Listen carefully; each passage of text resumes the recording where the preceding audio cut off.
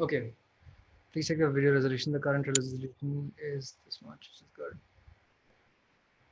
Video settings or something. Yeah. I think we're live here.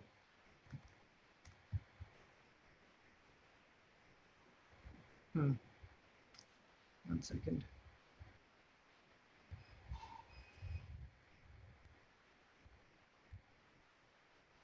Yep, we are live. Yeah.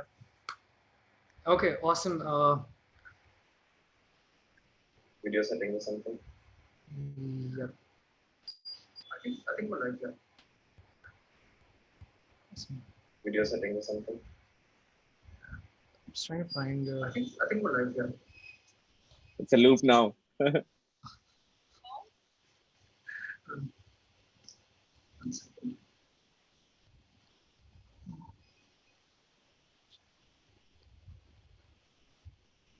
Yep, we are live. Yeah. Awesome.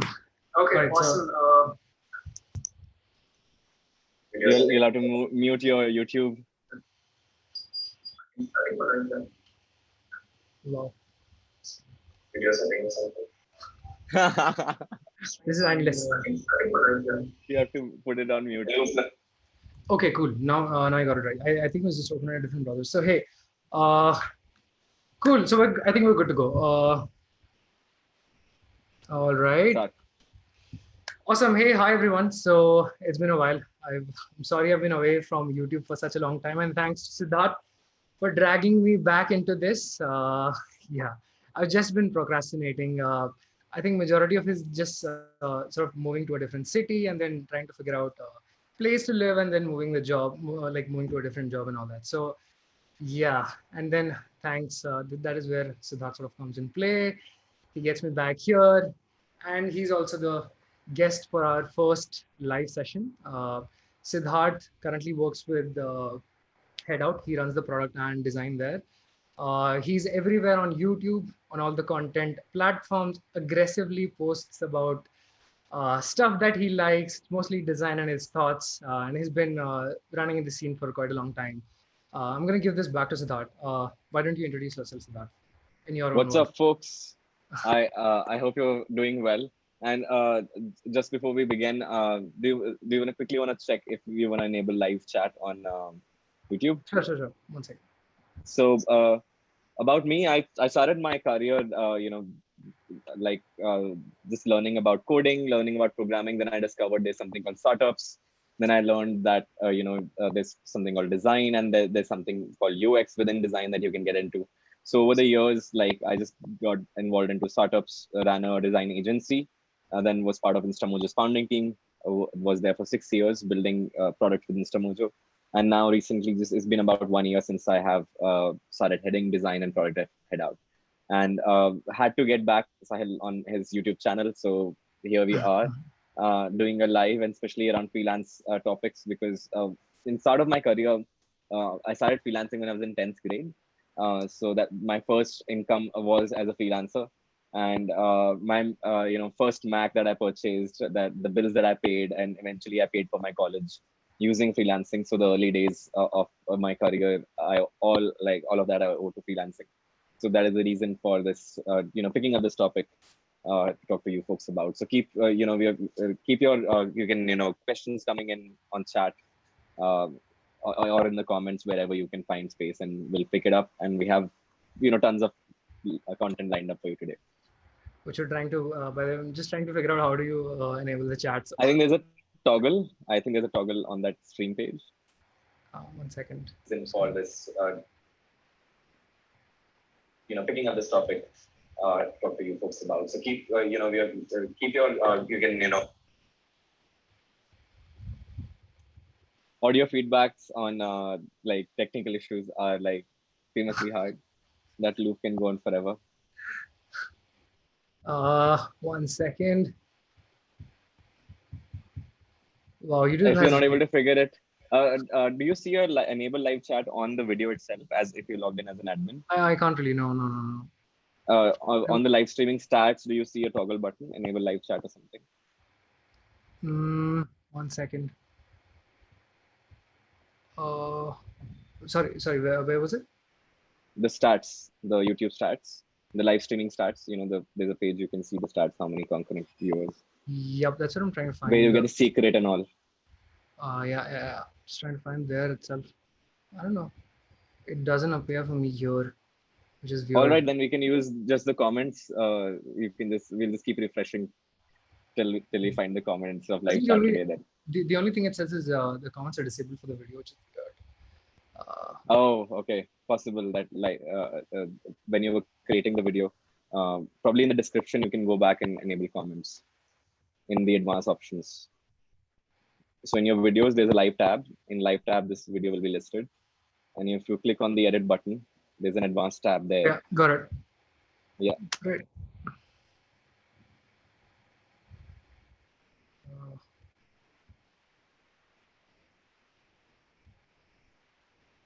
Live chat blues, folks. Please do not mind. What we're gonna do is give a timestamp at the end. This is where you begin watching the video. Trying to get the comments up and running so we can get your questions and see whether we have answered what you were looking for or not. Interesting. Now Advanced mode. it doesn't give you an option. Yeah, got advanced mode. Sound there's a comments. I seem to find it. Actually, Right, share my screen. That helps. What about that? Yeah, cool. So I think it's in details. Yeah, details. Then you go to advanced, more options. That more options tab. Yeah, here you should have comments and rating, disabled comments, so you can change that. Strange. Yeah, why is that? No idea. All right, I guess what you can do is DM me or DM. Yes, you can reach out to us on Instagram and yeah, and just DM us the questions, and we will take them up here, and we'll get started with the main topic then. Cool. Okay, so all right, give me 1 second because this is on a sketch file. Super quick and dirty. Awesome. So, introduction to freelance design. What exactly? So, Siddharth, you've been doing freelance for a while now. You started it when you were pretty young, and it's been a very long time, right? So, how has freelance been for you, man? Like, why did you even start? What's the story? What made you? I mean, how did you get into it?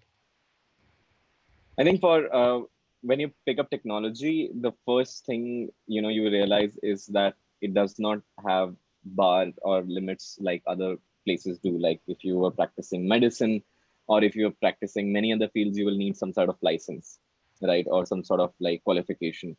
In technology, like if you're a programmer, if you make apps, or if you are all about like designing, then you realize that there's a bunch of work to be done, and you will realize that probably you are pretty good at doing that work, and that's when you start thinking about you automatically get tempted, like drawn towards like, why don't I try bidding for this project? I have nothing to lose, I'm a student, right? And give it a try. And then you realize, wow, like there's financial independence in that. You can actually, people find value in the work you do, and that sort of feedback loop of producing work that you find fun to do, right? Project that you find kind of fun to do, while other people find value in that and you make money out of it. So that feedback loop gets quite addictive.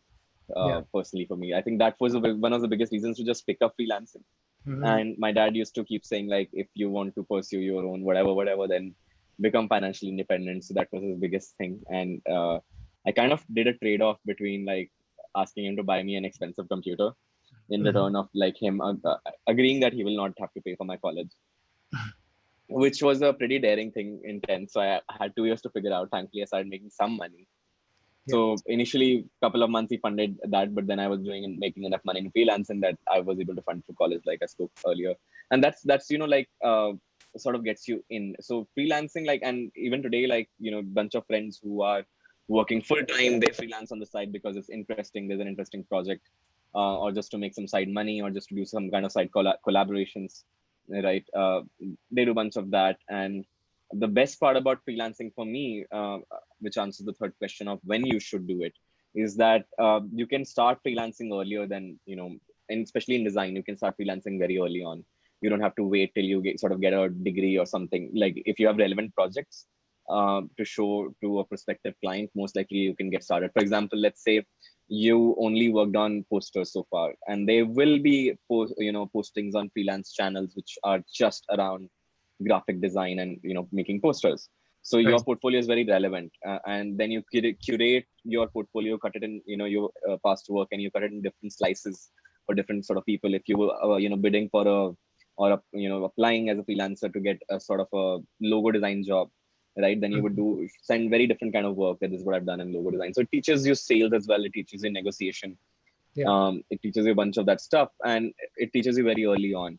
As long as, like, in the market, if somebody finds you, you don't need my opinion, you don't need anyone's opinion whether can you be a freelance designer or not.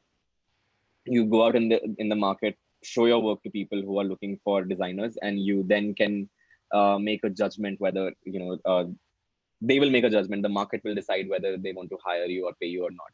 And you'll be surprised more often than not that people are more than willing to pay for what you are able to produce, what you as a designer would call amateur. But for somebody out there, it's really an improvement over what they were doing earlier. So that's why you can get started as fast as possible. As a student, you can get started on the side when you're learning, right? At times, you won't believe it. Like, I accepted design, I could do anything. I was pretty confident. But I used to back then also code the websites, for some of the clients. And I remember this one time accepting this one, WordPress or something project. I think Joomla or WordPress project. Mhm. And I had no clue how to code, template for Joomla or WordPress. But I accepted it, right? And what I did while I was getting the design finalized, right, I was learning WordPress on the side and Learning on PHP the on the go. side. Yeah, and learned on the go. So I got paid to learn WordPress and PHP and Joomla and all that stuff, right? So I think that paradigm, like, really gets you kicked up. Like, I picked up so many random technologies, so many random frameworks, tried out so many different things because clients just wanted different things.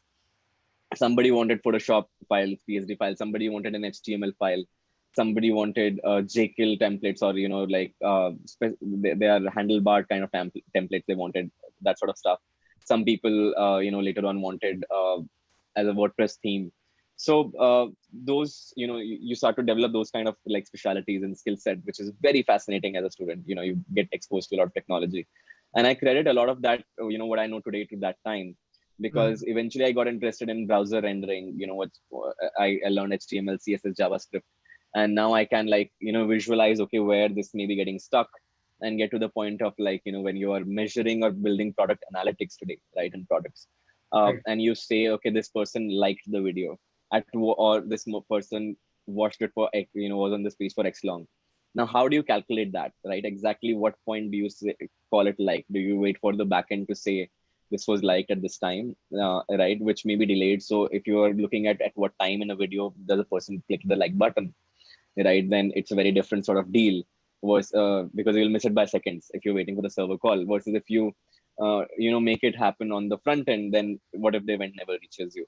And this kind of like deep tech knowledge, only comes when you started learning like basic things like HTML, CSS back in the day, right? So freelance really encourages you to do that. So it really encourages you to pick up, different, try out different crazy things, get paid to learn new things.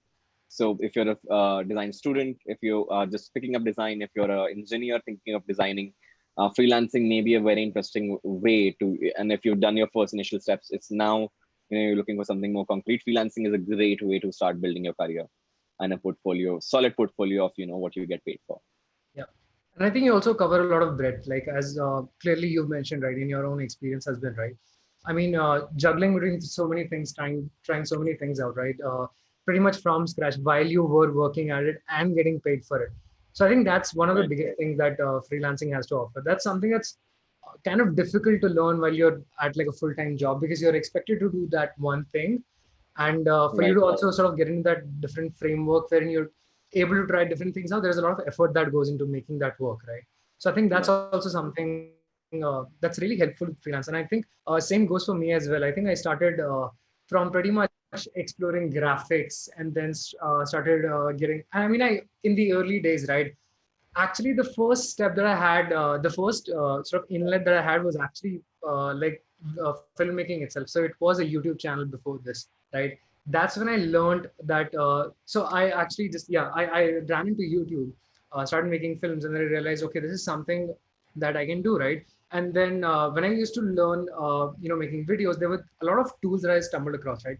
And once you sort of get a basic sense of how a tool works, you try to apply that same knowledge, that same the same framework that is built of things that work in a different setting, right? So, for example, I the first thing that I tried was Adobe Premiere, right? So the Adobe Suite, and then you start seeing similarities, similar patterns in all the different types of products as well. That's when I started building these thumbnails. That's my first memory of creating like something for myself, right? I started making thumbnails for YouTube videos. I was just like make like small icons and things like that here and there for myself. And I think this was probably back in 8th or 9th class. And then from there, I started doing more of say design work, trying to copy others, other creatives. Basically just going to Behance. Dribble was not even that popular back then. I think it was like 5, 6, 7 years ago. Dribble was not really popular, so you'd go on Behance and DeviantArt and all those platforms, right? And then you'd copy those people and then try to make something out of it. So I think it's been the same for me, man. Just covered so much breadth. You sort of realize what's out there, and then you can sort of get into the depth. Then what works for you, what's good, Right. and that kind of gets you on that route. And then you can decide for yourself if that's something you want to Right. pursue, or I mean, if Right. you still want to switch. Yeah. Yeah, it's funny that you bring up freelance filmmaking, because that was a part of my experience as well. I made a bunch of films, and then I was used to teach in this summer vacation, those summer camps. Summer Yeah, school. summer Yeah. camps for school kids, right? Summer schools and summer camps. So I used to take up filmmaking classes there for kids. Right. It was fascinating, right? And as a freelancer, you develop this sense of business, right? Of what can sell, how can you package this with this? Maybe I collaborate with another creative or an engineer, and I can charge even more. Together we can charge more what we could have charged individually. And Yeah. all those sense of business and sales and things come to you apart from technology and the skill set. So it's really valuable to start freelancing, and especially it can be very fulfilling in initial days before you decide of what you really want to become specialist around. Yeah. Exactly. Yeah.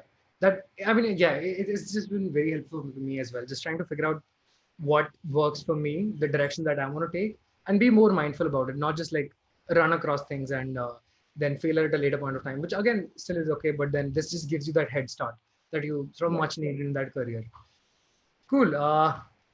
Why do you think one should freelance? What are I mean, what's the basic framework for understanding if you are right for you're the right kind of person for freelance, if you're at the right stage of life for doing freelance, and trying to assess what your situation is and if it's the right time for you. I think unless you're already in a settled job, a design job, I think you should try out freelancing, right? Like we were talking about the kind of things that it teaches you, it's totally worth it, right? Handling clients, handling requirements, handling other, you know, how another business responds to your business. It's really an interesting, fascinating learning. So everyone should try it. And I think we covered a bunch of why already. But what I want to dig deeper into, if you're planning, especially when I talk about goals, right? As a freelancer, initially when you get in, most likely, if you're a student, you may get gotten there for like making extra money on the side, or even if you're in a job, like maybe you found an attractive, like project to make side money on. That money is the biggest reason people enter freelancing world, right? But another reason to do freelancing could be, to keep a variety in your work. Let's say you have a day job, right? And you still want, as a designer, not to stagnate, and you want to try different things, try different industries, Yeah. right? And that's when you can pick and choose. And because you're not doing it for money, that gives you an advantage of, funnily enough, ironically enough, to charge more because you have the power to say no, right? Yeah. And then you can pick the kind of project that fascinates you. Then it also allows you to do different kind of collaborations which would not have been possible otherwise, right? A lot of times projects come from big brands and big clients which you may not get on your portfolio otherwise, unless you do it as a freelancer. Of course, a lot of them come with NDAs, etc. But over time, you can decide, depending on your current situation, what you want out of freelancing, right? Do you want more money? Then you can optimize for that. Do you want more variety of work? You can optimize for that. Do you want like, you want to pick up a new skill set? Let's say you want to pick up coding, or you are in graphic design, you're picking up UI design. So if you're switching, you can sort of, practice your skill set as a freelancer and make money on the side while practicing your picking up your skills. So these are all reasonable goals that you can achieve through freelancing. You can also achieve a very well balanced, lifestyle of like living happily ever after, of making money out of freelancing. That sort of requires a little more financial discipline, because there might not be a regular income happening, right? But yeah, those are the couple of reasons you may want to start. Right, that makes sense. And I think also one of the things is freelance is something, I mean, I've seen a lot of people sort of getting off and on freelance, right? So that kind of also depends on a person's experience. Uh, at what point of time do you think one should try freelance out? Like, do you think there is a right time for it? Do you think that this is something that makes sense done early on? How can one sort of prepare? If say you were to like sort of plan out that you want to do freelance, right? How would you plan that situation, or how would you assess if that is the right time for you? I think the way that I was thinking was probably if a person who's in the current job versus a person who's not doing anything, right? They want to assess if freelance is the right thing for them. How would you sort of recommend taking that first step, or analyzing how exactly it's going to turn out for them? How do you think that would sort of work in this environment? There's a bunch of factors you may want to think about, right? Whether you have right now the capacity to learn how to figure out clients, how to source clients, how to manage clients while doing design or not, right? Whether you need to depend on a source of income or not. To kickstart a freelance career and to depend on an income source for maintaining running a family may be more difficult, versus let's say you're a student, then pocket money, that if you looking at that, try right now. Like, you, whatever work you have, you start trying right now, right? Only thing you need to wait for or work towards is having those initial projects. Let's say you want web design projects or you want app design projects, and you build 2 3 projects, sample projects, so you can send that to clients. And once you have like 3 4 projects, you are ready to go. Like, go for it. Like, you apply for like 10 projects, and one person would reply, and over 10 replies one project will work out, and that would good enough ROI for you, right? And Yeah. over time you learn what sells, what doesn't sell. You talk to those clients that say yes, and they will tell you what they like about your work, and then you start to refine that in your own portfolio. So all that feedback loop starts to establish. But there is the real way to find out whether freelancing is for you or not is to give it a try, right? And the moment you have any sort of basic portfolio ready with examples of the kind of jobs that you want to pick up, you're ready to go for it. You're ready to start applying as a freelancer.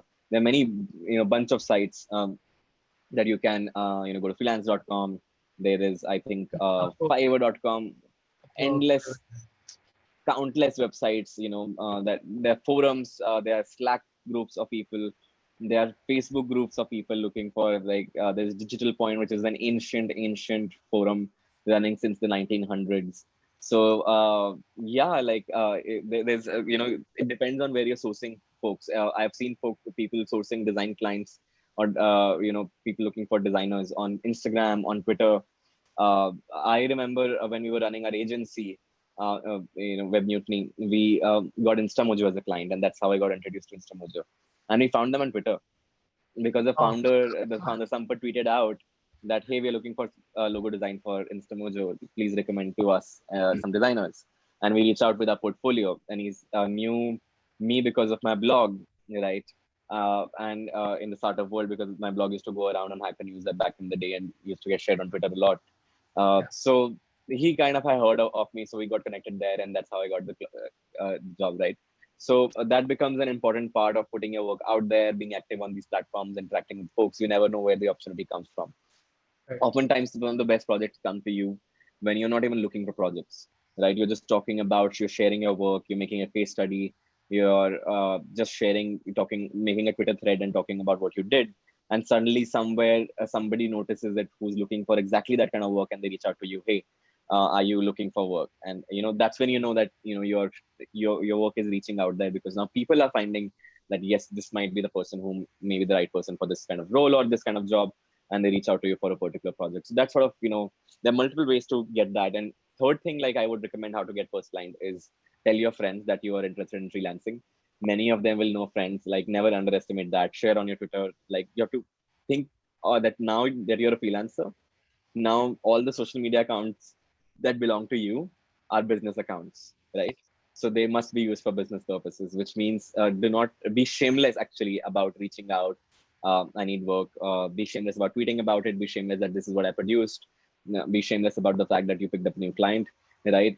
Look at LinkedIn culture, LinkedIn behavior, right? Like how shamelessly people self-praise. So that is what you want to kind of not in that same direction, but you can move towards. So that is an important aspect of like how to get your first client, And I think it and also sort when it of gets started. yeah, and I think so. Adding to that, I think it also sort of depends on how. So where in your journey are you? For example, say you're someone who's already been working for a couple of years, right? It would still be a little Right. like easy for you to find new clients and say land up more gigs and get more assignments to do, right? Because you've already sort of built that connection, that network around you, right? And that I think is the one issue that people who are starting fresh in the freelance sort of world struggle with, right? So I think the easiest way for one, as you said, to get to be in that chance to land more gigs in the chance to land more options is to just put yourself out there, be active socially, so that people know what you're doing, people know what you're about, and people have a sense of where you are or what you're currently doing, right? And just being vocal about it, right? And it's not that I mean, as you said, right, you can be shameless about it and just tell the world that I am open to accepting offers. Because see, it's like this, right? Someone on a platform at any given point of time might be looking for someone, right?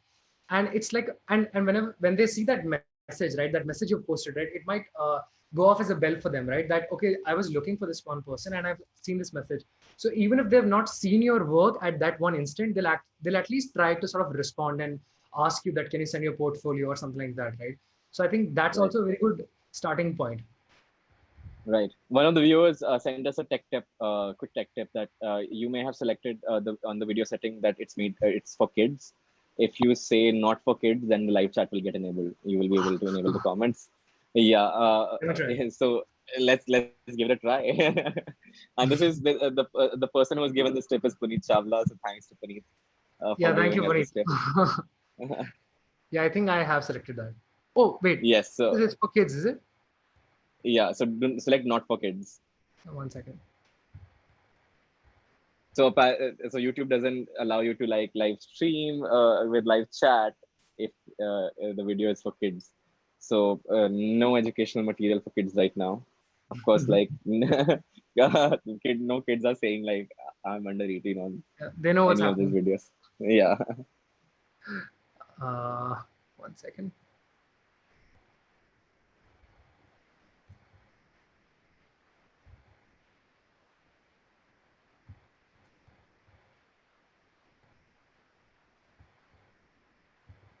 It's in the basics in audience. That's not made for kids. Details, basic, Yeah, got scroll it. down. Cool.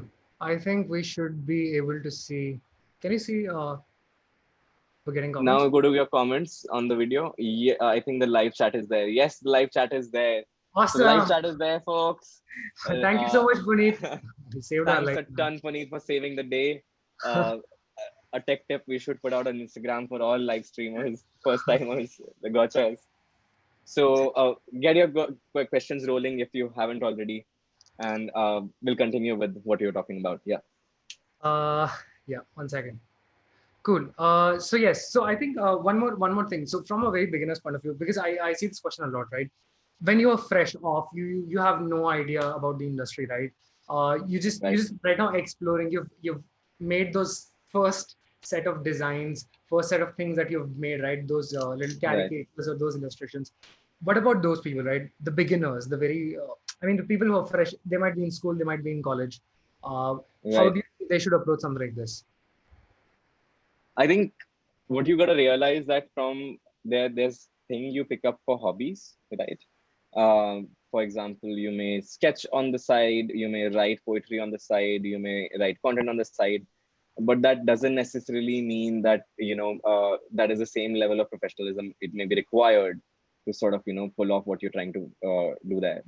Yeah. Uh, And now what I mean by that is that means, and if you're confused whether that is the case with you or not, then like I said, like, you go to the these marketplaces, apply with what work you have, and then the market will tell you, right, if you're ready for that sort of work or not. And if you don't get yeses, if you don't get responses, then probably your work is not polished enough. You go back to your work, you go back to your basics, and then you try again.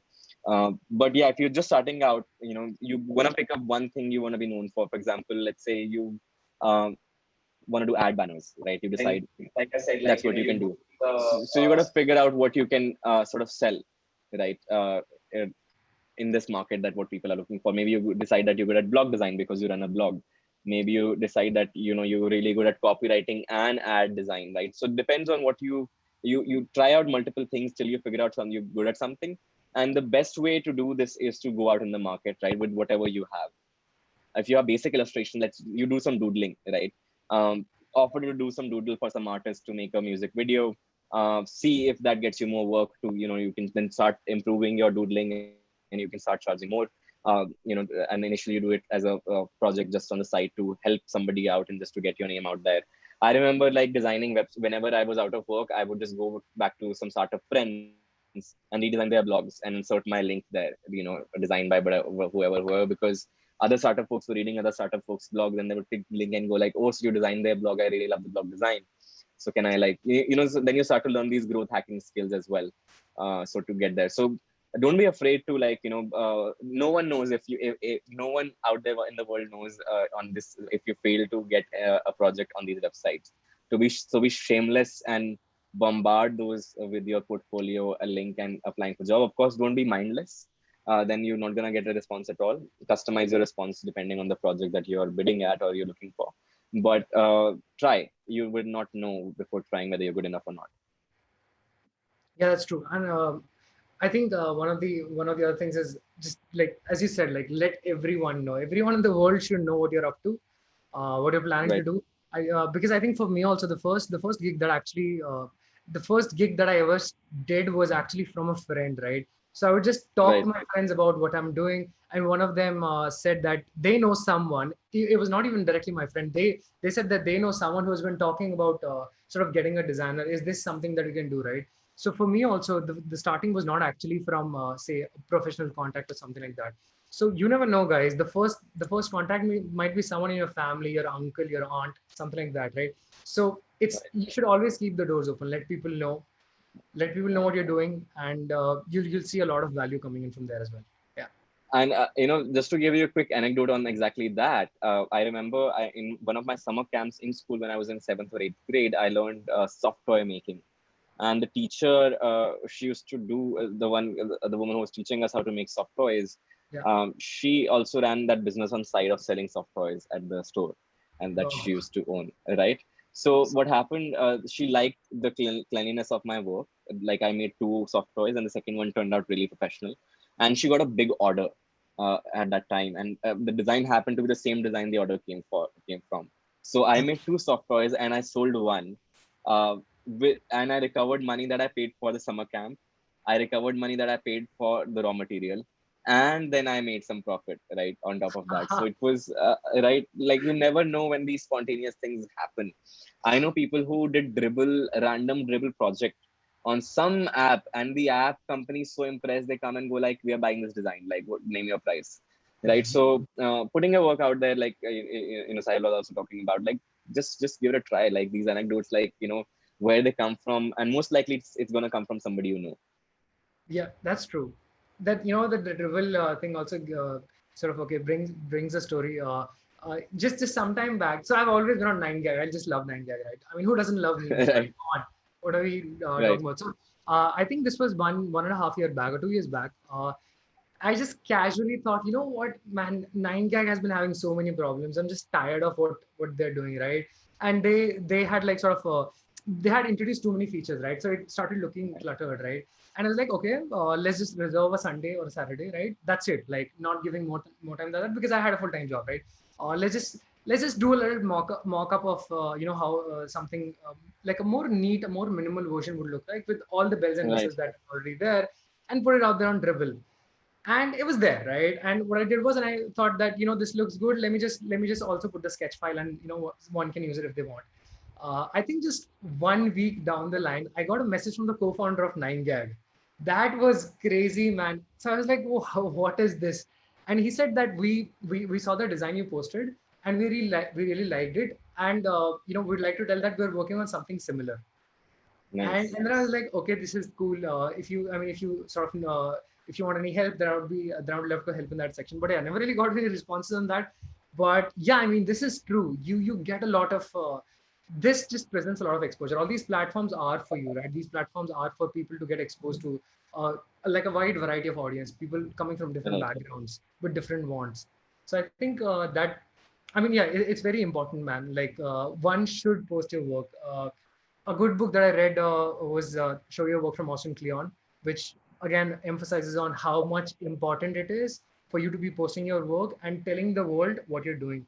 And if not just for if not just for showing off, it's also a good sort of way to gauge your own progress. So if I come on Dribble or on Behance 5 years after, right, I would just look at those designs and feel that they look like shit now, but I mean, this is how much I've grown, right? So this that just makes you feel like nostalgic, and this gives you good memories, right? So I think it's even worth that. Like, even if you don't want to do it for publicity, you still do it for yourself. So that's Yeah. a pretty good thing to do, You right? do it for business, right? Once you're freelancer, it's a business for you. So the business doesn't care whether you think publicity is good or bad. A Yeah, business needs publicity, so you don't have an option. true. Okay, jumping on to managing the paperwork. Okay, I think this is one of the most scared, most scary things about freelance, right? And I Right. think first question is, what paperwork, man? What Hmm. paperwork are we talking about here? I Right. think people, generally people that I meet, like initially in the first days. In fact, this also is me. Me, I am one of those people. But I think when I started Right. out fresh, I did not really know that. I mean, you need to carry out the formal procedures, sort of fall back on doing the paperwork, filling out a contract, putting it on, giving it to the client for them to sign up, right? Why? Right. So what kind of paperwork and why do we require it? So the first time, it's a funny, like the first time you get these projects and all that, dude, no one cares, no one knows what is this. I didn't like when I was making money, I didn't start paying taxes for the longest time. Like I got a PayPal account. PayPal was like freely operating. You could store money whenever like USD to INR conversion was in favor. I would like push it to my dad's account, and I was happy, right? But later on, as you grow, the money grows, the stakes grow. You have to rely on that income and all of that. You get bitten by clients running away, by you not getting paid, by the contract not being clear enough right in the beginning, and uh, that's when you start to realize you'll have one or two projects which are just never ending, and you'll if you're not doing paperwork, you will end up in one or two bitter endings of projects before you realize that you need paperwork, right? And one of the basics of, again, I'm not a lawyer here, so the best part is to discuss with the lawyer of like what sort of thing you're working with, because certain kind of industries may also have their own nuances. But overall, you got to have a contract, right? A basic contract of what your terms and conditions are, what your basic pricing structure looks like. There are tons and tons of basic contracts or templates you can find on Google. But you got to read through and modify them. In India, especially, you want to think about taxation. You want to think about how you're going to charge it. Where the client will most likely cut TDS and make payment for you. So whether Yeah, you want on your PAN card versus whether you have set up one person corporation, one person company, or you have set up a freelancing firm, a separate firm altogether, whose PAN card and whose PAN number you want to get billed at, which matters a lot when you're doing tax filing and how you run that business, that sort of format. Eventually, when your business becomes complex enough, let's say you're living off of it, it may be important to hire a CA, especially a CA who understands taxation for freelancers, because things like telephone bill, things like Zoom, if you have paid Zoom account, any softwares that you use, including Figma, Sketch, etc., that you use for freelancing projects, including internet bill, electricity bill, these are all deductibles as a business that you're running personally. So a CA can help you out with that. As in when you, the more you grow, so initially just get a basic contract, just have basic 5 things pointed out, that I do these many iterations, I do these many these things, just basic bullet points work. As you grow as a freelancer, you want to formalize this more, you want to have formal legal documents prepared. I know some freelancers who because they exclusively deal with big brands and big companies, they themselves have like lawyer, right, who gets all these contracts signed, because as an individual, you can't compete with that company and the team of lawyers there, right? So people hire lawyers, they pull together, and they have collective lawyers, like five freelancers will have one lawyer. So there are a bunch of these setups you can do as and when required, right? Let's say you get a defense contract, like that's very rare, but like that's a possibility, right? You get a defense website contract, then you will need a lawyer on your side to handle that sort of complexity that's required for a government contract. Versus you get a small startup in the corner, most likely you're gonna meet over coffee and you're gonna go like, let's do this, and that's the contract, right? So Yeah. be open to both kind of this thing. It's about your gut call, but if you do not know the person from reference, always sign the contract first. Once you have a good portfolio, you can start charging advance payments, which are very critical, that you do not begin the project before 20, 30, 40, 50% advance payment, right? Especially if you don't know the client and they do not come from referral, they come from some random place. You really want to make sure that you're not bitten there. So that's a bunch of tips around paperwork. And always keep all your receipts, always keep a time log. There are a bunch of free apps, paid apps that help you do that. How many hours are you spending on a project? How all receipts, like I said, bill, telephone bill, coffee. When you took the client out on coffee on the CCD, I mean, not in COVID world, but if that is what you did, then you should totally, keep that receipt, because that's a deductible eventually. Of course, you need to have enough cash flow coming in for it to make sense for you to hire a C and do that sort of complex taxation. So don't worry too much about it in initial days. But let's say you start making above 3-4 lakhs a year, that's when you should start consider thinking of a CA for once in a year tax filing, or talking to a CA for doing taxation work, and looking at a better than standard uh, contract. And as and when you get more experience, you can make special contracts. I know people who have special contracts for NDA people and non-NDA people, because they know, because for a non-NDA folks, they can write a case study and get more jobs out of it, right? So the project does not end there. So their rates for NDA clients are way higher, right? If you're gonna put my work under NDA, I'll charge you almost double the money, because I can't talk about it at all, which means this is it for me. Like I do this once and that's it, right? Versus on a project which does not have NDA, which I can make one medium case study, then a video about, then I can talk about it on Twitter and get more clients, hopefully, because of that. So I hope Yeah. that gives a rough idea of like two things you want to look at. You want to look at legality, you want to look at taxation, and as and when you grow, you can find basic templates in most of the places. Most likely in India, TDS is going to be standard deduction. If you do not give PAN, etc., it's going to be 10% of the amount is going to be deducted unless you raise a special invoice. Invoicing templates are there. There are free invoice generators that you can use. Make sure you put the address of the firm and your address correctly, because that's how GST versus CGST gets calculated, and all of those get calculated. So it's easier for you to do that. But there are a bunch of free tools for you to help generate those invoices to send to clients. Always put a clause of when this expires. Most people will put 30 to 60 days and a raise up clause, but most clients will, some big companies will delay. Their account department just are that slow, because they have to process that kind of, have that kind of scrutiny in that case. But you got to have a fallback, right? And all these nuances you learn once you get burned. That's why I'm again and again advising, don't try to attempt to write it yourself beyond a point. If you need a contract, get a standard contract. You can even like get it from a lawyer, pay them like $200-300 and get a template, and start using that. Especially if it's a bigger client, you want a contract signed. Yeah, makes sense. And I think also something that personally has helped me, in churning out these contracts. Initially, when I was, I didn't know much. I mean, I did my research trying to understand, like sort of what all needs to go into a contract, and I found a bunch of templates, as you said, like basic templates on Google. But then, I mean, it's too much. It's obviously too much. It's overwhelming for one to understand, especially when you're just out on the ground first, fresh, and trying to understand what the legalities sort of here Right. sense in that particular scenario. I think something that like the people who are pretty new to this could look out for are some good products. For example, the one that I can think of is Bonsai. Bonsai is something that I've at some point of time I've tried Bonsai for both invoicing as well as for contracts. It's pretty good. There's one more tool. It's called I think it's called and.co or something like that. This is a tool that was recently bought by Fiverr, so it's free. It's free. Earlier it used to be paid. Now it's free. So if you're trying to sort of automate this process of building contracts, you can also find tools like this. What we'll also do is, obviously, after the end of this video, we'll try to collate a list of all these cool resources and tools that will help you sort of churn out the best value for the buck, and also uh, create efficient work cycles for yourself. And yeah, I mean, this is the way that you should probably be approaching it, so that you don't fall into any form of problems, when publishing work or something like that.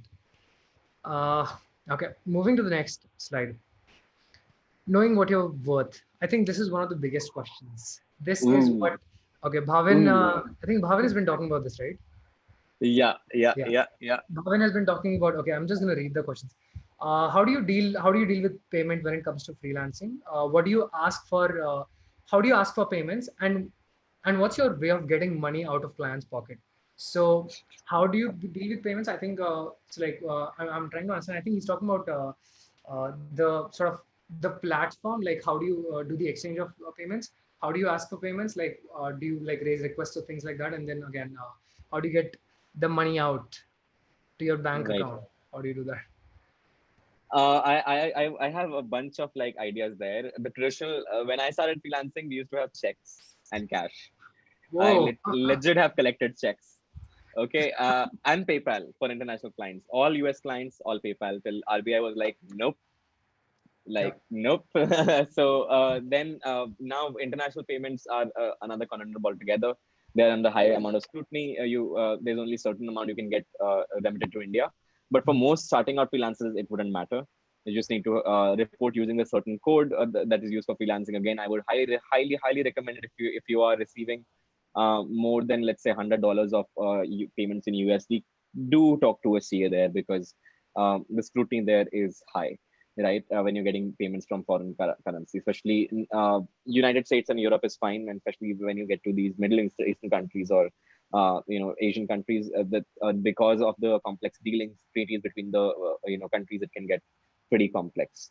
Yeah. The taxation around depends on the treaties between the two countries. In case of India and US, the treaty says that India takes precedence.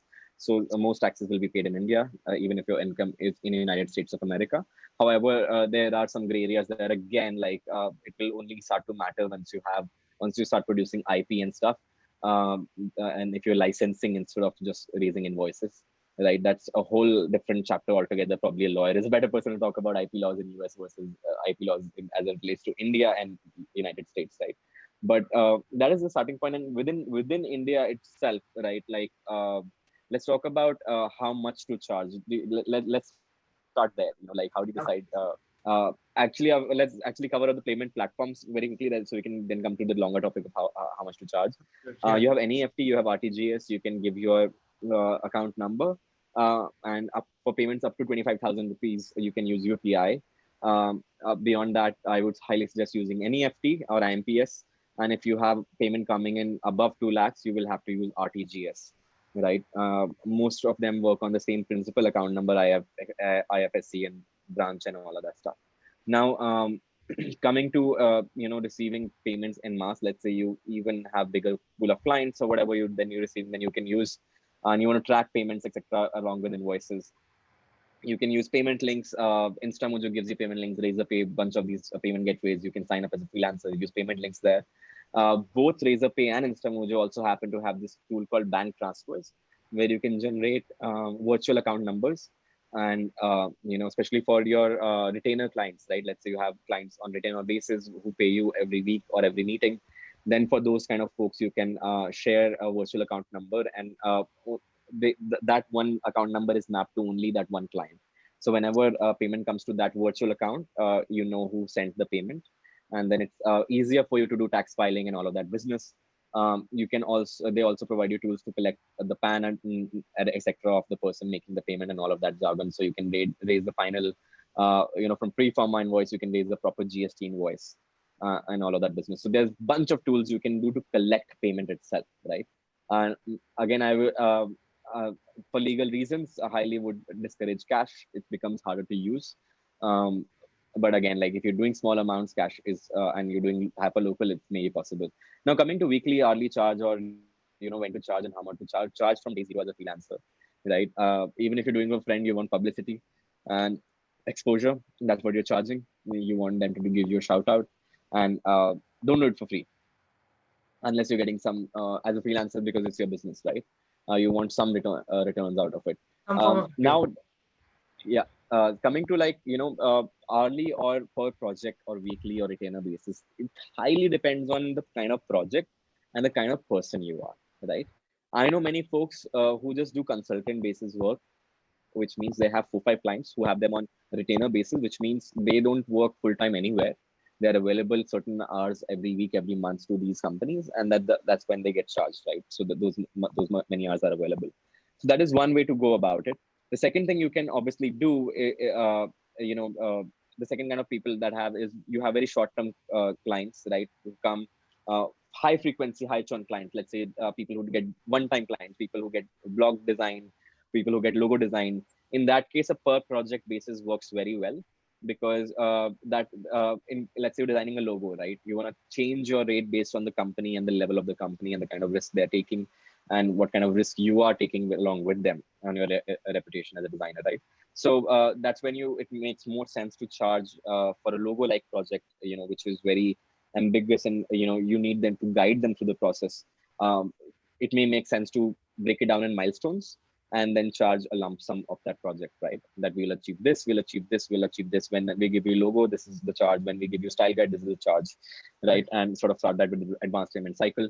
And when it comes to, let's say, people, there are people who want quick fixes, right? And recurring kind of work, subtitling. I want banners. I want Photoshop hours. I want digital painting hours. Right. I just Small want creators basically. Small creators and small deliverables. right. So then you can start to charge per hourly basis, right? Because that makes start to make much more sense because you will spend there will be you can't predict in that case, right? With very low predictability of a project, that how much time is going to take, how much back and forth is going to be, then it's more profitable for you to charge per hour basis because you don't want to be like wasting 1 month on a 1 lakh project versus doing a like a 1.5 lakh project in 2 weeks, like that start to happen. So and over time you will become more aware of, in your industry, in your expertise, what sort of pricing works, right? Eventually, and then it becomes about the client and you, or what you can command in that industry and with that client. Let's say you're a specialist in doing um, stock photography of children, right? And only 100 people sort of are expert of that. Then Johnson Baby or all these people will pay you a premium, right, as a freelance photographer. But if you're a common photographer who does wedding photography, then like you get the idea, right? And also, I think something that people should like sort of understand really early on. I mean, it really helps if you do understand this really early on is like value-based projects, right? So you do work that's completely driven by value. So you charge them based on how much value is going to generate for the client, right? Which is wherein sort of the scope comes in. So I think personally, what I believe is if you don't have a clear sort of sight of what the scope of the project is going to be, that is where you could either fall on hourly or you could follow on say weekly cycle or something like that, right? If the scope is not clear, I mean obviously that is something you should do initially to set the scope as clear as you can, because then it becomes a problem, right? It's very difficult to communicate. I mean it can become difficult to communicate, especially when you're fresh, because some people think that it's too much nagging and they don't want to ask for more money or things like that. When scope creeps sort of kick in, they just keep on adding things to the scope. That is where you should sort of be mindful about how do you want to take this, how do you want to approach this. And the second thing is value-based pricing. So I think you should like you do your due diligence, do your research about trying to understand who the brand is that you're creating that sort of asset, that value for, right? For example, if you're creating a like a small logo for someone, say like for Siddharth or for me, right? We're individuals, right? So we're not those big brands, right? So you have to understand how much value it has for us, right? How much revenue will that generate for us, versus if you're doing that same logo, even if it takes lesser time for a bigger brand, say something like Adidas or Nike or something like that, right? So you'd obviously look at how much value they plan to generate out of that, right? So that is also something that you should sort of understand early on. Do as much research as you can about your client. That is not just something that's going to help you with the pricing, but also to understand their requirements, the context that they sort of operate in, and how can you give them a better value for their money. And I mean, basically, just present yourself as a better in that competitive landscape. Just present yourself as the better option amongst the other freelancers as Right. well. Yeah. I think So that brilliantly sums up those points because, and just to repeat that, ambiguous clients pay more, bigger clients pay more, because they will suck the life out of you. And trust me, as an person who has experienced both branded and non-brand clients, brands pay shit money, like no money, like they really pay low. And companies which don't have that big brand actually end up becoming the best clients and giving some of the best projects and money, right? Like some of my most money making projects, you will never hear about that company or brand because they're just not that popular, right? But because if you're working with a big brand, they're like, oh, like we're doing you a favor by giving you this project, so we'll pay you less. So you got to have an upper hand there by starting up your quotation price really really high, right? In my one of my rule of thumb used to be more ambiguous, like Sahil said, the more you pay, and second, the more eyeballs this will have, the final artifact, the more you will pay, right? Like you said, if me or anyone like Puneet or Sahil get a logo design, then we're not gonna put it in a lot of, like, we don't have multi-million marketing budget that is gonna go in front of people. So replacement cost for us is also very low. We can tomorrow, just come up with a new signature and a logo and go like, that's our logo. Like, it doesn't take us much. We just have to change social media profile pictures. Was it Pepsi or Adidas or Google or Zomato or Swiggy or any of these folks, when they print out, like send it across to millions of customers, spend on ads, spend on billboards. When they change their logo, when they change their brand scheme or do something like that, that the eyeballs are high, the replacement cost is high, and you should be definitely be charging more. And as a rule of thumb, always try to overcharge, because it hurts more when you undercharge and client says yes than when you have to negotiate downwards. Trust me. Like the moment, the worst feel, you think the best feeling in the world will be you go like, I'm gonna charge $5,000 for this, and the client says yes. That's not the best feeling. Trust me, it feels really bad because then you go like, shit, I should have asked for seven, right? Because the Yeah, client man. just said True. yes. Yeah.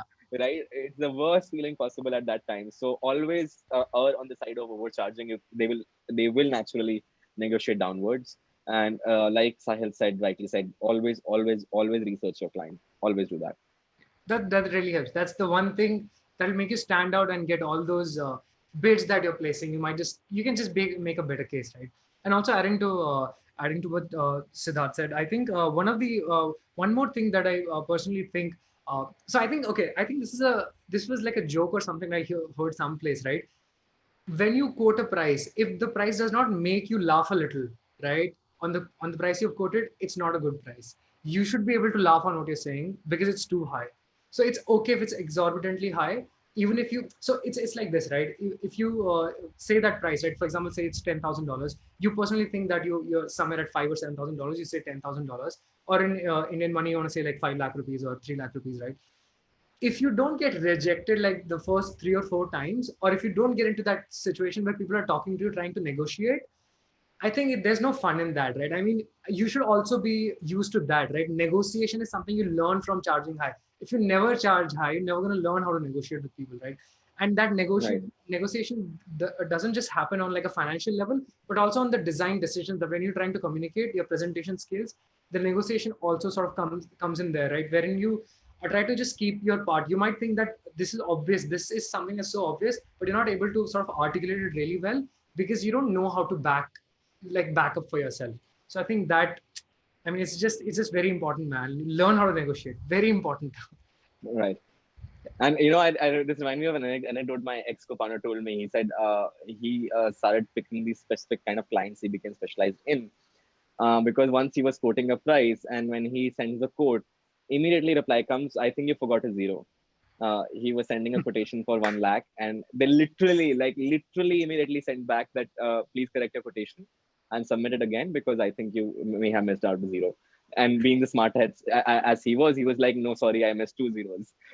So then, Oh, actually, from 1 lakh project, it became to 25 lakh project, right? Because the price he oh, quoted was like 1 CR, like, because he projected like next 5 years contract, and then they were like, no, we need this for like 1 year only, so break it down and give us a discount and shit like that. And that's where he, so like you learn these, and why, because think about it, people sitting there, they, for them it's important. That's why we're saying do the research, right? For me launching, as a company launching a new brand campaign, I'm going to spend millions of dollars on it. So my board is sitting there, my best of my mind is sitting there, right? So when somebody sends, I'm like, get quotations, right? Get quotations for who will do a banner. Yeah. And you send me a 10,000 rupees quotation. It looks like a joke to me. Yeah. Like, right? Like, you send me some quotation where I think like you're taking it seriously, and that is the psychology plays. So it's not like the cheapest one wins, right? That's why you just can't post below everything. Well, I'll do it for cheaper and you'll win the best of the project. That's not how it works.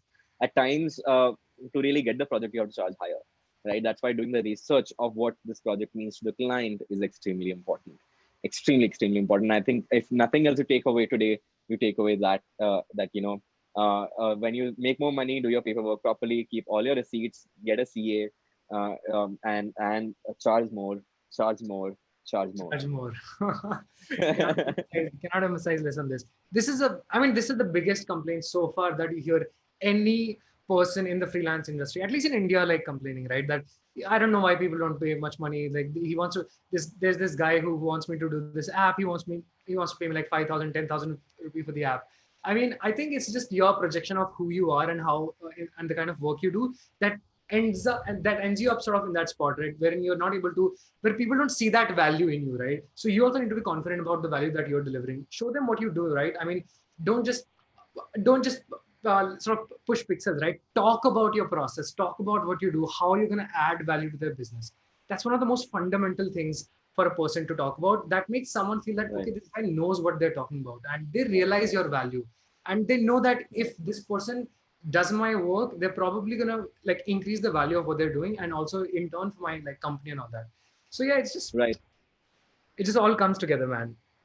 Write a blog and put your work out there, put case studies out there, be on Behance, be on Dribble, be on TikTok, be on YouTube, be on as many platforms as possible.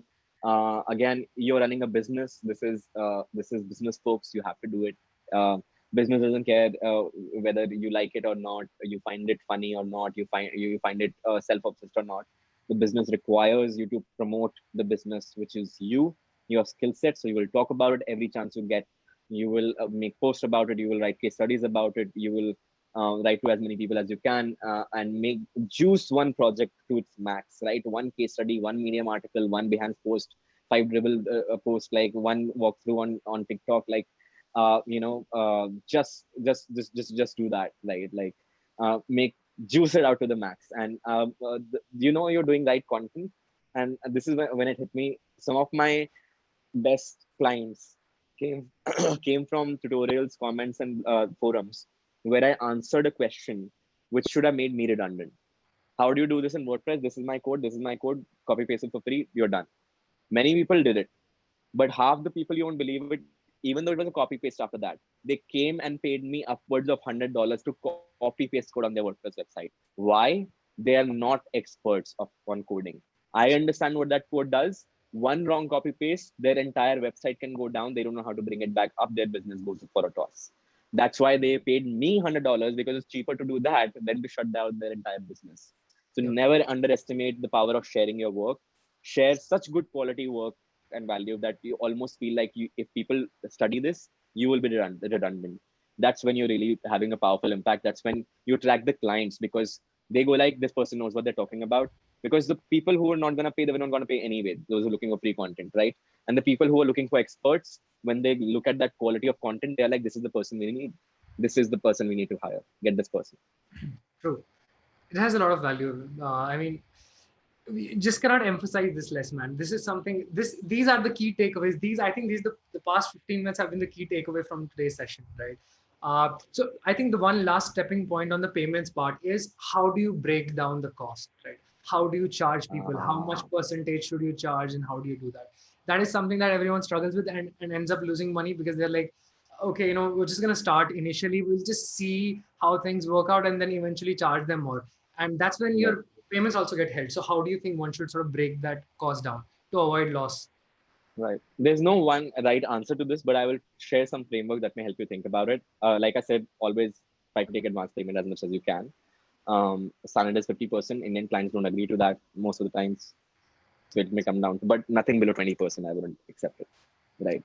20, maybe, sorry, if you're experienced, maybe even 25%. Uh, Second thing that you want to do is milestone based payment that you want to think about, for especially for lump sum kind of projects, where you want to have like deliverable at certain key points. When we freeze on logo, this is the payment. When we freeze on colors, this is the payment. When we freeze on, so at every stage when you close, you and you predefine before you start the Kickstarter project that this is number of iterations in between. This is when we will call it that the stage is done, right? And that you may have certain disagreements, we may have certain disagreements, but we'll call the stage done at certain stage. Of course, it's not that clear and simple. Just because you sign a contract, they're not going to be okay with calling it at that stage. But it gives you a precedence. It gives you a common framework to agree upon, right?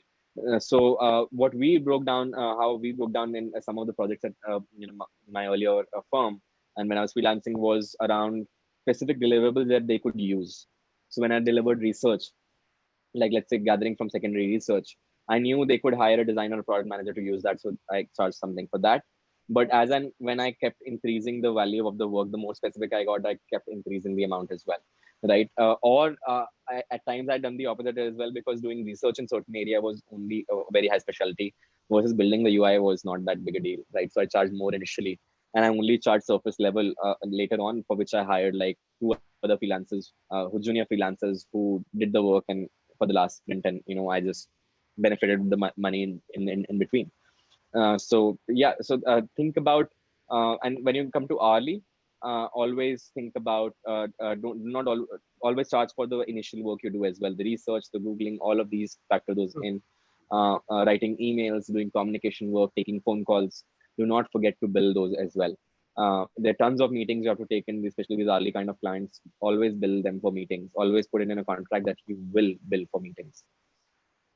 And also remember one thing: as you grow older and older, your work becomes fast. So you might want to rethink your hourly charging strategy as well, Yeah, because then it becomes difficult. You might do the same thing that you were doing like 5 years back in like 1/10 of the time. So that sort of punishes you as a creator, right? I mean, exactly. obviously you're going to increase your price, but then there is other things to it, right? For example, majority, at least for me, right, majority of my work happens when I'm probably in shower or just taking a walk or something like that. So how do you bill people for that? You can't really put that down, right? It's really, really difficult. And that's where value-based pricing comes in play, right? You know Right. how much And you can have value you're. hybrid, right? You have like, this is in value based, this is the standard iteration as you get. Any above and other iteration that you do above that, I'm going to charge you this hourly rate, and I'll let you know at least 10 hours in advance when you're running out of your prerequisite hours, right? So in your value based pricing, you can set a clause for maximum allotted hours, that I will not work on this project for more than 1 month, right? If you don't get back to me, that happens with clients as well. If you don't are not able to take a decision, the contract will still stand. I will still call it delivered, and you'll still have to make a payment. This will not extend beyond 1 month. Right? So you can put those sort of things there. Yeah.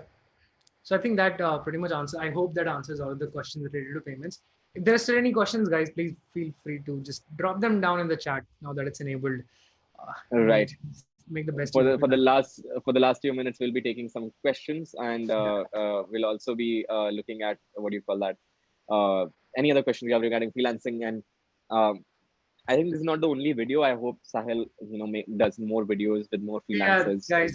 I ended up putting a lot of questions. I was discussing with Siddharth how this deserves like a proper series. So I think I'll. Right. So I think the right approach to this would be probably calling in more people who have been doing freelance for majority of their time, unlike us who have left freelance sometime back. Long back. Right. Yeah. So I think that does more judgment to it. We'll probably be having a lot of people on the channel who talk about their process, who talk about how the dynamics have changed now and how things are now, and how can you be more competitive in the. I mean, obviously, there's like a billion people out there who are trying to freelance or trying to do good work. Right. And we can call special people who specialize in certain kind of clients, certain kind of projects, right? Certain kind of billing, certain kind of specialty. And that is the reason biggest reason for you to subscribe to the Creative Hustle right now. Right away, just go and subscribe Do so it you right don't now, miss guys. out Come on. And you any got to go future to conversation. and you got to go to Yeah. Siddharth channel as well. I mean, come on, man.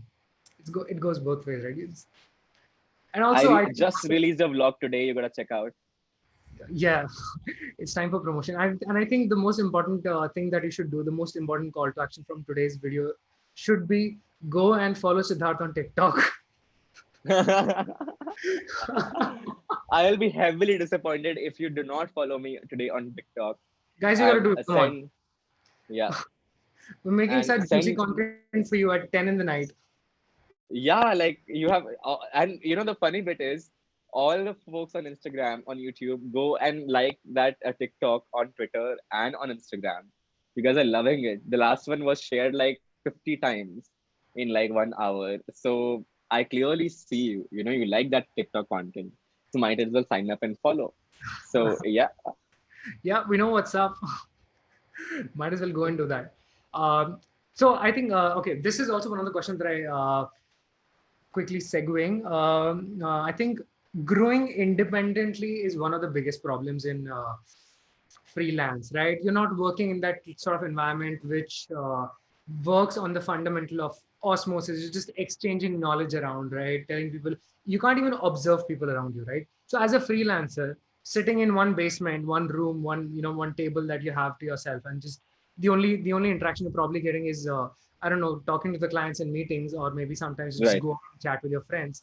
How does one propagate that environment of say learning, if not direct, at least passive? How does one do that?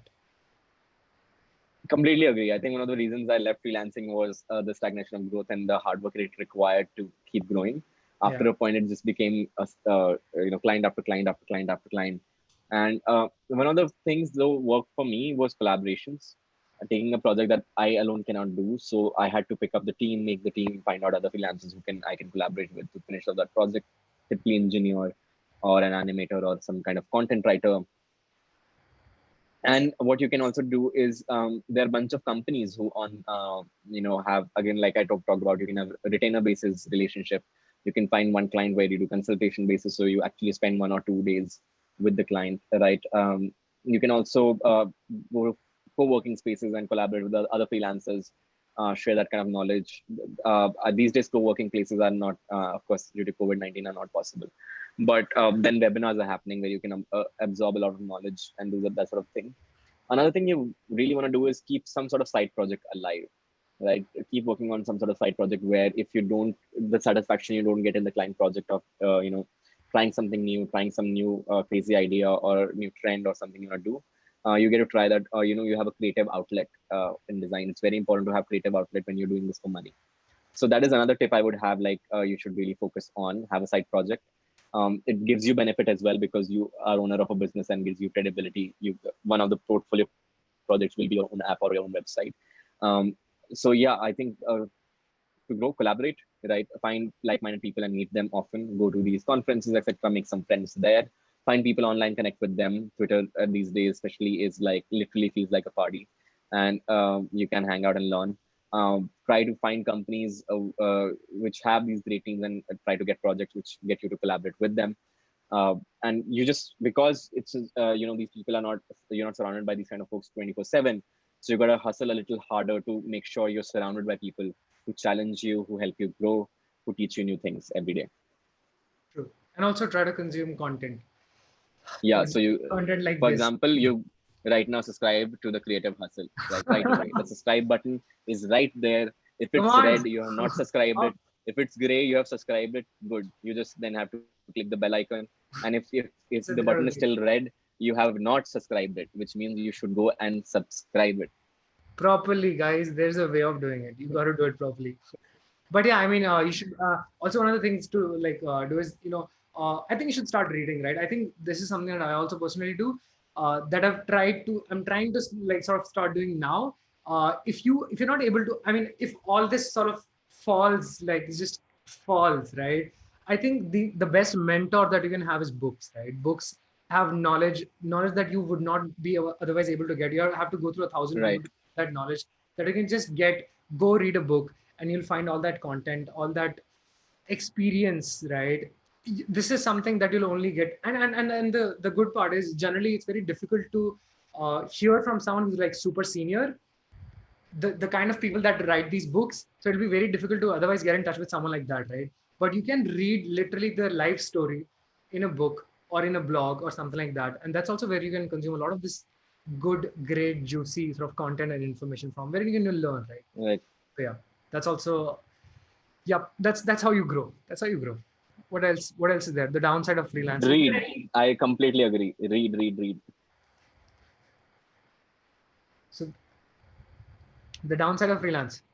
So that, what The do you think? downside of freelance, we just discussed. Growth is very difficult as a freelancer, especially after like doing it for 7 8 years. You start to realize it's just the same kind of loop, and the growth starts to slow down. You learn less new things every day. So much of time goes in just maintaining cash flow and managing clients that uh, growth can start to stagnate a lot. That's when a lot of people either join services company or join a product company, decide to change that freelancing scene. Most likely they're just done by it, like they're just done doing the samenesses of it. There are some I know folks who have been doing freelancing since 20 25 years and they still love it. So I'm not saying all freelancers just given, and they've been growing crazy. Like they are first one to pick up the latest trend. They're first one to like be out there and start a new trend. So you can be one of those freelancers, but again, the power law applies, right? Like everywhere else in life, that those freelancers will be 1% of all of us. Those who actually continue to freelance for the rest of their life and keep continue to grow. And as you increase that number of percentile, like growth becomes harder. That is for me the one of the biggest downsides. Second is financial management. If you're not good with financial discipline, or if you do not understand finances, it becomes really difficult because you don't have a monthly income. So you've got to make sure some months you make more money, some months you make less money. So you balance it out to have a constant inflow and outflow, and that sort of thing, which is kind of. So I think those two were the biggest challenge that I could think of. Otherwise, it's pretty fun. Like you go here, you go there, you travel. It's tons of fun. Yeah. You can keep traveling as much as you want. Just the whole world is your office, right? And the whole world is your playground. You can do it wherever you want, right? I think that's the most liberating part of freelance, right? You're not Yep, you're not and remote bounded work by. now is gonna be big deal, right? Now remote work is gonna be thing. People are gonna have free time. Even if you have daytime job, go check out some freelance gig, try something out. And if you are a daytimer and you are not able to take freelance gig, you have a friend who's looking for freelancing, pass on the project. Seriously, folks, now this is to the friends of freelancers, right? Pass on the projects, right? If you find a project that they can use, refer their name, right? So please do that. Yeah, this is a very critical time. I think because seeing how a lot of people are sort of suffering because of this, I think this is the best time when you become a little bit proactive. If you are getting opportunities, come on, guys, help people out. Post these things on Twitter or wherever your friends are or people who you know that it might benefit. And yeah, this will you'll get karma points, man. What else does And one want? relationships, right? Being a freelancer is lonely. You want good friends who understand your pain, who Yeah. understand that when the client doesn't send invoice payment, what happens. So you need friends to bitch about, right? Like you have seen some of us designers rant on my channel on and call it content roundtable because it's a support group. So you want a support group. Yeah, support group is must, and this is how you get support groups and long-term relationships. Um, Yes. one more. I think this is probably the last slide. Yep, this is the last slide. So resources and tools. Any resources that you remember that you would want to suggest, apart from the ones that will obviously leave in the comments, leave in the description. There'll be a huge list. But apart from that, something that comes to your mind, anything that's going to help people. There are free invoice generators. There's bank transfer tools of Razorpay and InstaMojo, extremely useful for freelancers. There are standard templates available that you want to Google for. We'll try to link to the ones that we find. There's also one resource that I found was a desk, a table, and chair is a great investment. Make sure, please do not do your work from your bed. The physical space of your working and your sleeping and doing other stuff or chilling should be separate. Make sure you do not chill on your working desk. You don't like just watch random videos or eat on the working desk. Invest in a working desk so the moment you sit on it, you get in that mode. Uh, do that. Invest in your health. Invest right. That becomes super critical. It becomes super critical that you sleep on time, which means you have some sort of physical activity because you're not going to office more often than not. I know these sound like Babaji Gyan or like parents Gyan, Uh, but actually this is what because freelancing is a lot of stressful job. You can't afford to go down uh, and sick. If you fall sick for a month, who's gonna make that money? So yes. that is why I'm talking about these things that your health becomes even more critical. Learn to be on time, set up timers, learn to use Google Calendar. Google Calendar is your friend.